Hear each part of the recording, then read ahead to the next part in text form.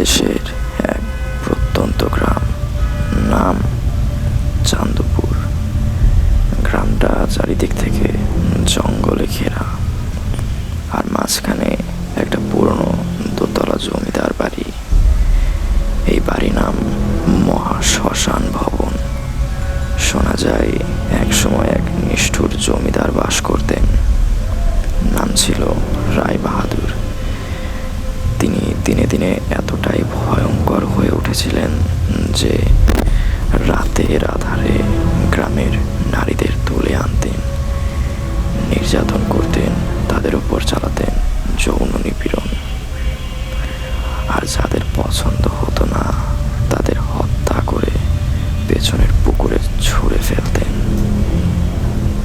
একদিন গ্রামের এক মেয়ে, নাম নিশি, তার প্রেমিকের হাত ধরে পালাতে চেয়েছিল, কিন্তু ধরা পড়ে যায় জমিদারের লোকদের হাতে।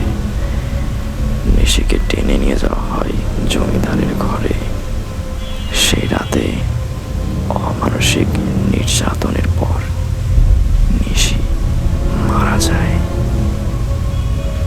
তবে মৃত্যুতে শান্তি পায়নি সে প্রতিশোধের আগুন নিয়ে ফিরে আসে।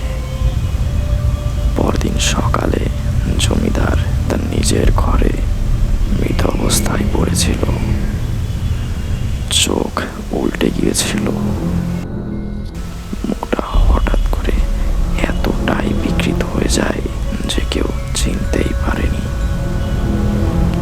তার শরীরে কোথাও কোনো আঘাত ছিল না, কিন্তু দেয়ালের গায়ে বিশাল কালো অক্ষরে লেখা ছিল, আমি এসেছি নিশি।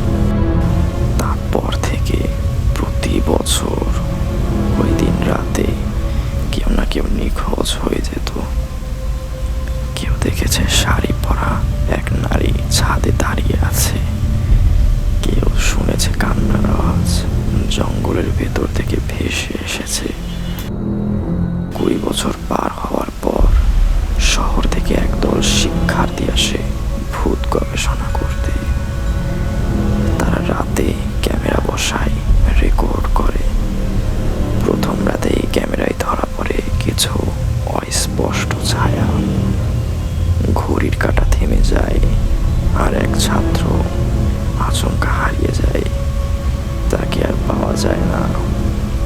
পরদিন তার কক্ষে একটি চিঠি পাওয়া যায়, লেখা ছিল, তোমরা কেন এসেছো? নিশি আজও প্রতিশোধ শেষ করেনি। এরপর সেই বাড়ি আবার বন্ধ করে দেওয়া হয়। এখনো কেউ ওই বাড়ির দিকে তাকায় না। গ্রামের মানুষ বলে, যার চোখে